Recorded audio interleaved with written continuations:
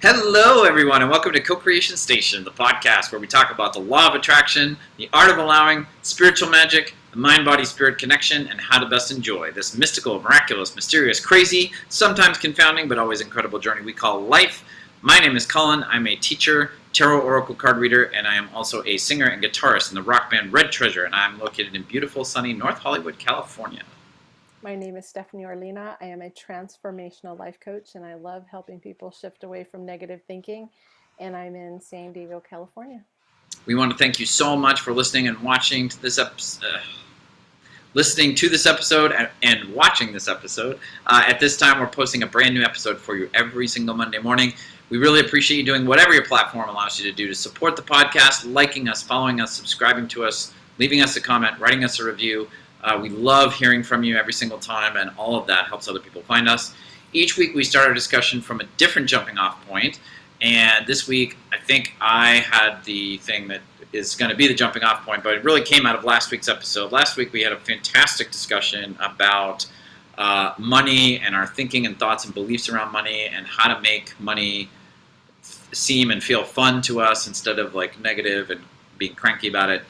And one of the things we talked about in that discussion that I just wanted to do a deeper dive on is trust. We talked about how, I think I used the self-example of a time in my life where I was completely flat broke.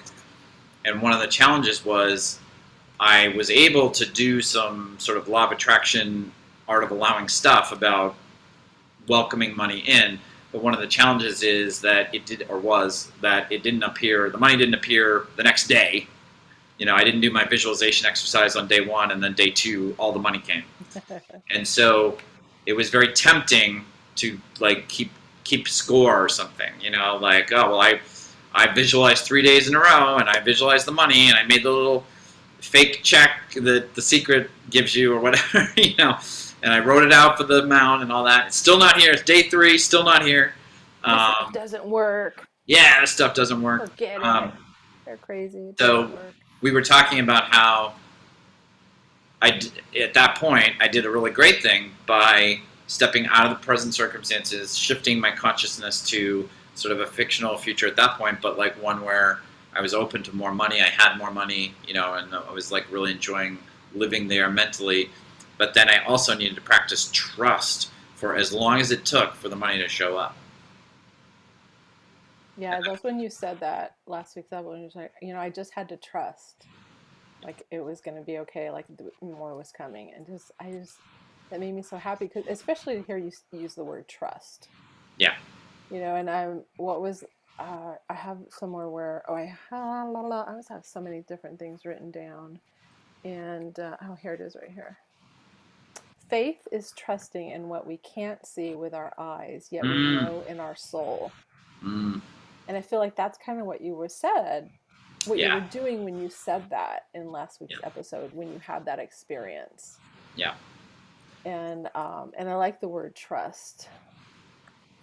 And I love it when you remind me, and I actually reminded you last episode, but you usually remind me that if I have my personal vibration, my thoughts, my feelings, my energy that I'm putting out, it is aligned with wealth, with receiving money, with, enjoying, receiving and spending money, saving money, all that, then the universe, the law of attraction is not a practice or anything, it's a law. The universe has to bring me money. Like if I get my vibration right, there's no option of poverty. Like the universe has to figure out ways to send that money to me.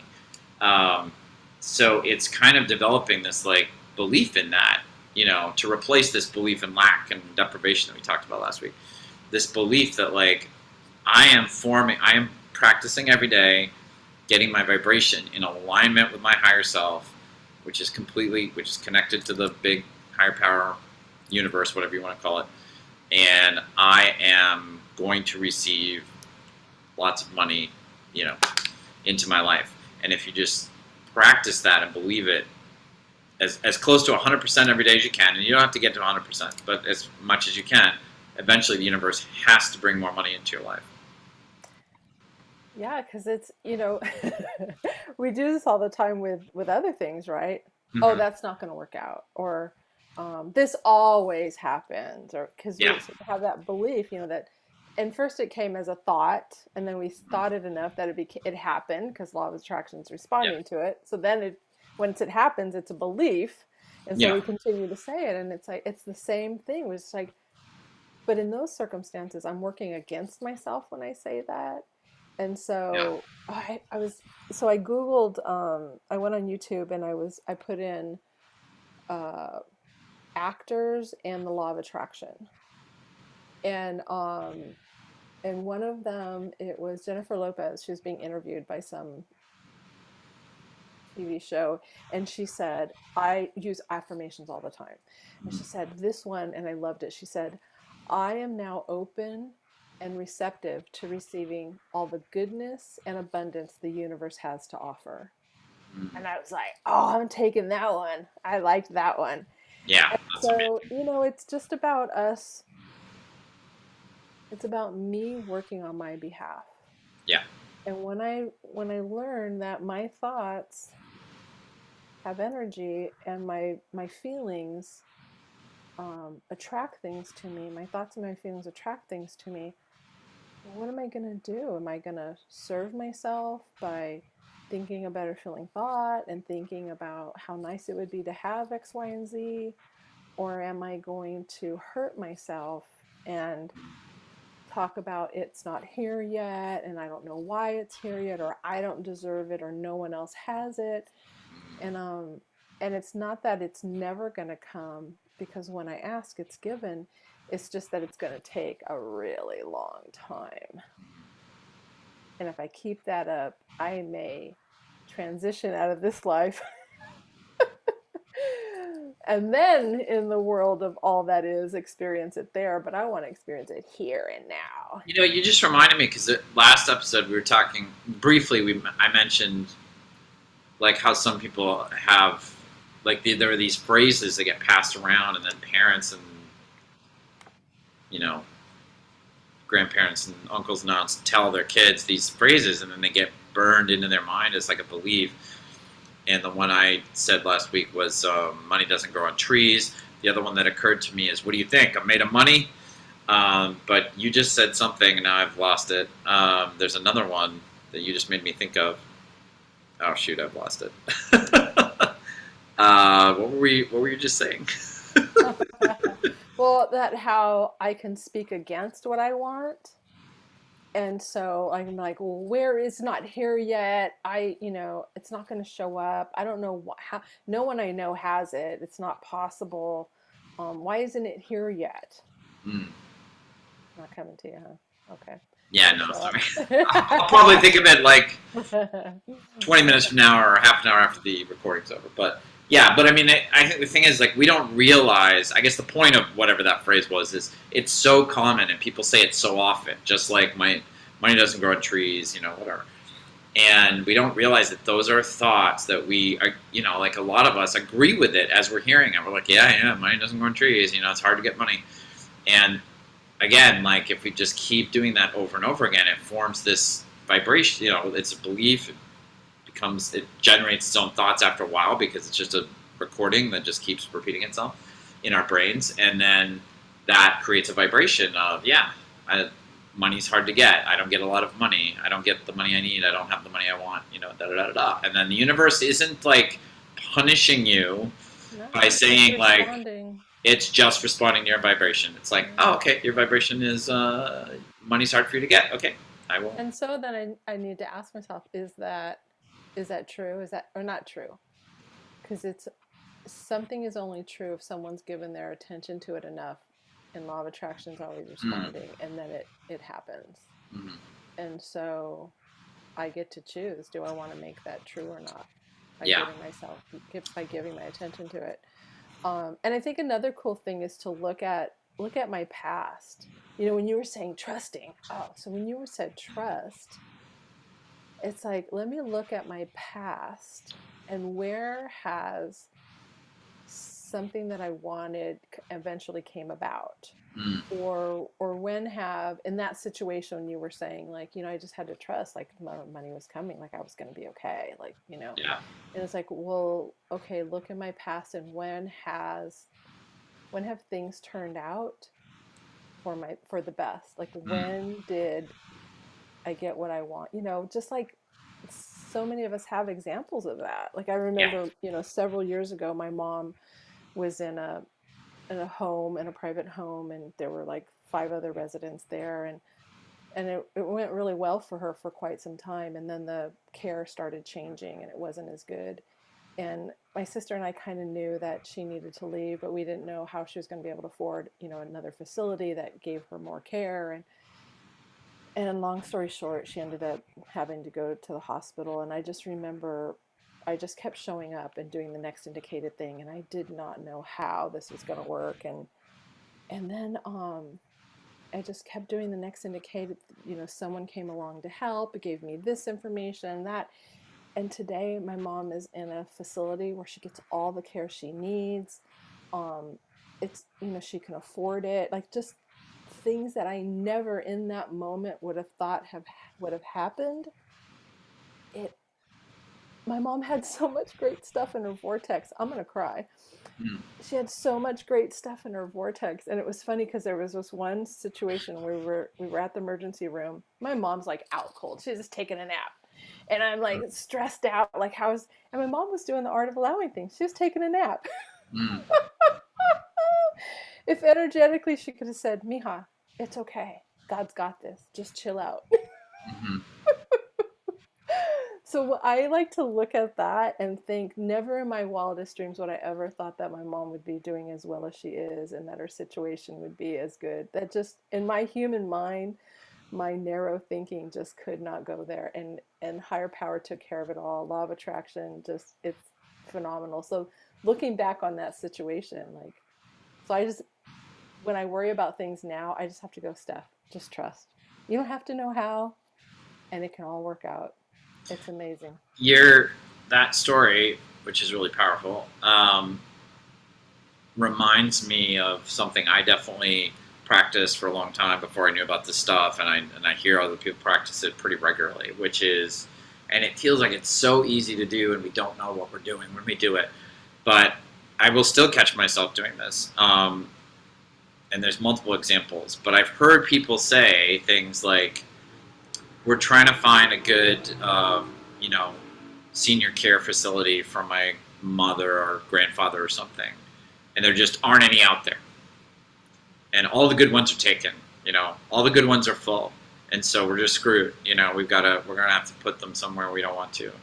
And the thing that's tricky about that is, and Abraham talks about this a lot, like, you can always find facts that will support like one side or the other, right? Like, if I wanted to try to prove to somebody that right now in Southern California, it's impossible to get a new senior resident into like a great care facility, I could probably go on the internet in about 10 minutes. I could find a bunch of data from articles and reports and stuff and say, look, this is it. But, and it's not to say that those things are not true. Those are facts. They are true, Like, maybe Southern California, like, all senior care facilities have like a 97 to 100% occupancy rate today, September 2nd, 2022. But, so I'm not refuting that. I'm not saying like, oh, you're just going to magically do some new agey hocus pocus woo-woo stuff and then you're just going to magically change that number. You're not going to change that number. I think what we don't realize, though, and I didn't realize this for a long time, is that my life is the result of what I alone am attracting. No one else can create stuff for me. I create everything. I create my own life. The good, the bad, the happy, the challenging, all of that. I'm attracting it with my thoughts, my feelings, my beliefs, my vibration. So it doesn't matter how few beds there are in Southern California senior living facilities.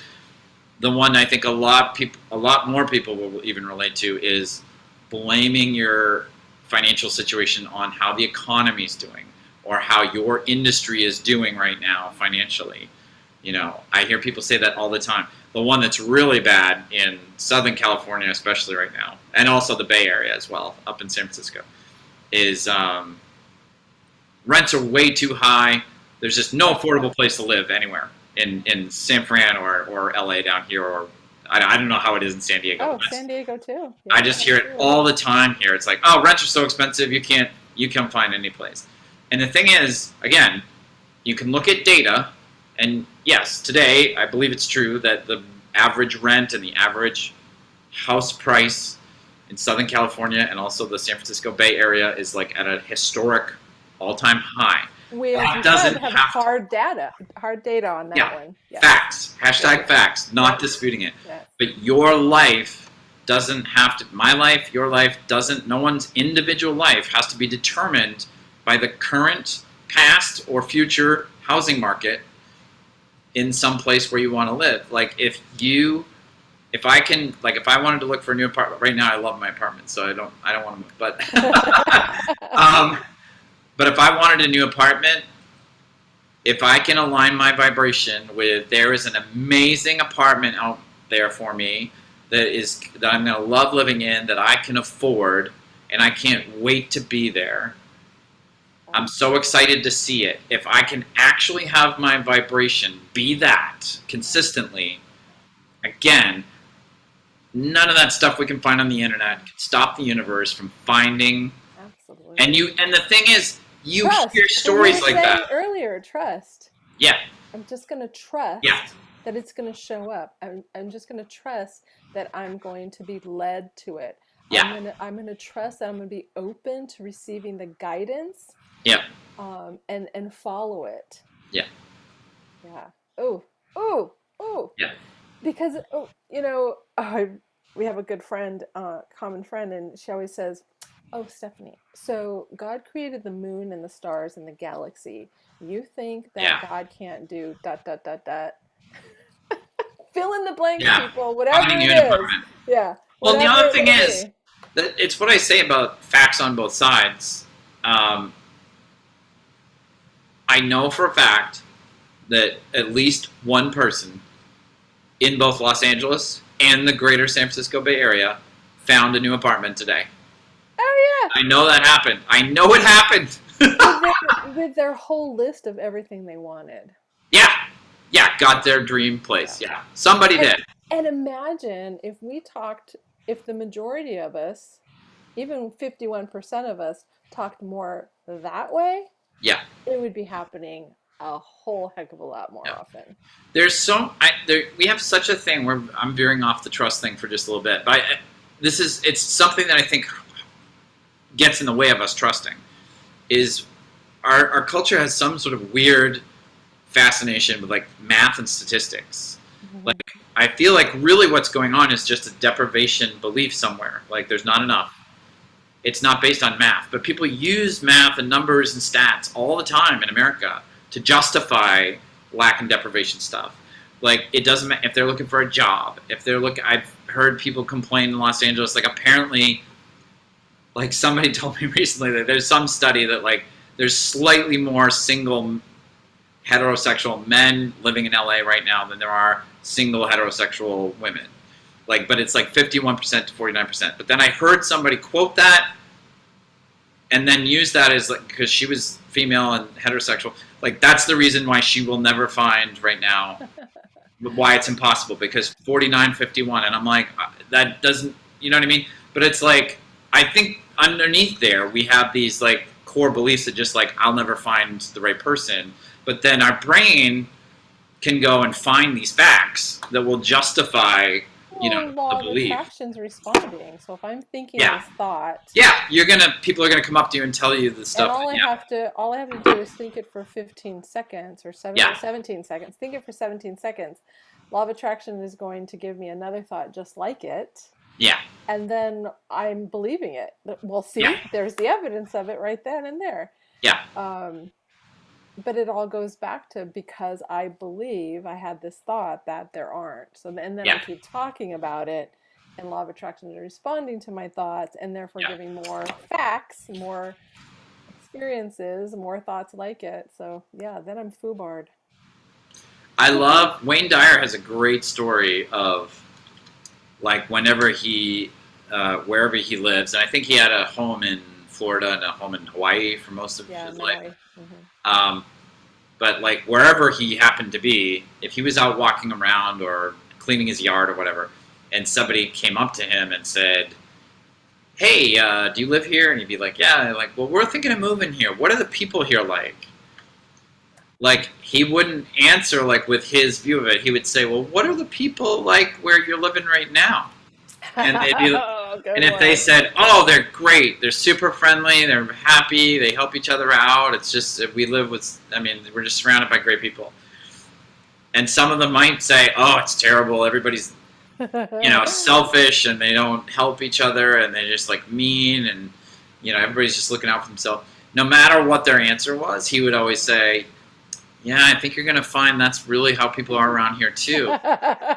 Because the reality is like, yes, different cities, states have vibes, culture, whatever. But the reality is, again, you as an individual are going to pick. Attract. You're going to, you've got an attraction picker out there that's going to select people based on what your vibration is. So you could move to the happiest place in America, but if your core belief is people are just horrible these days, like everyone's just mean and horrible. You're gonna find the two horrible You're people gonna bump, in your you're town. gonna go to the store, and the meanest person in town is gonna go to the store right at that time, and you'll have a bad experience that will probably get blown out of proportion and validate your belief even more. Right. And then going back to this trust, do you find, I think I find this for myself, it's when I'm in dire need Pun intended. that's when I'm most like, okay, I just have to trust. Like I just Yeah, totally. No, if I ever want something, it's weird how if I want something a lot, that's usually the deprivation feeling goes along with that. It's like if I can desire things, it has meaning, right? Is it because yeah, I think it's just I have a ironic. belief that if I don't get this thing or I don't have this thing, bad things are going to happen. So I really, really want it. But I'm not thinking about the good of having it. I'm really focusing mentally on the bad if I don't get it. But the trust, do you find that, because in that situation when you gave the example that, you're like, I just had to trust. Yeah. Was it almost like your back was against the wall and it was just kind of like no other options? And so that just gave you hope, like, okay, then I just have to trust because I don't know. Yeah, I mean, I think for me it was really, I listened to a lot of Abraham Hicks during that time. It wasn't right when I discovered her, but it was when I was like really starting to get into her. So I was like listening to at least one workshop a day on YouTube. And so I was really highly recommend. Yes. Along with our podcast. Yes. So I was getting that new belief or new thought ingrained into my head day after day after day. So when the thoughts of like, oh, I don't have any money and maybe, then I would remember Abraham saying, oh, if you just trust, the universe will provide. I'm like, okay, I'm just going to trust that. I'm going to not worry about it. But also the other thing that really helped was talking to people who were like-minded and who would remind me verbally, literally, like, you're doing all the right things, Collin. It's going to happen for you. You just have to keep trucking, which is another way of saying trust. Keep doing what you're doing and just trust. Yeah. But I think the most important thing is both of those things, the Abraham workshops on YouTube and the other people, were outside my own mind. Because at that time, my mind was more full of negative beliefs, lack, deprivation thoughts, that sort of stuff. So it was literally like the way I sort of switched the channel was I'm going to put something else into my brain.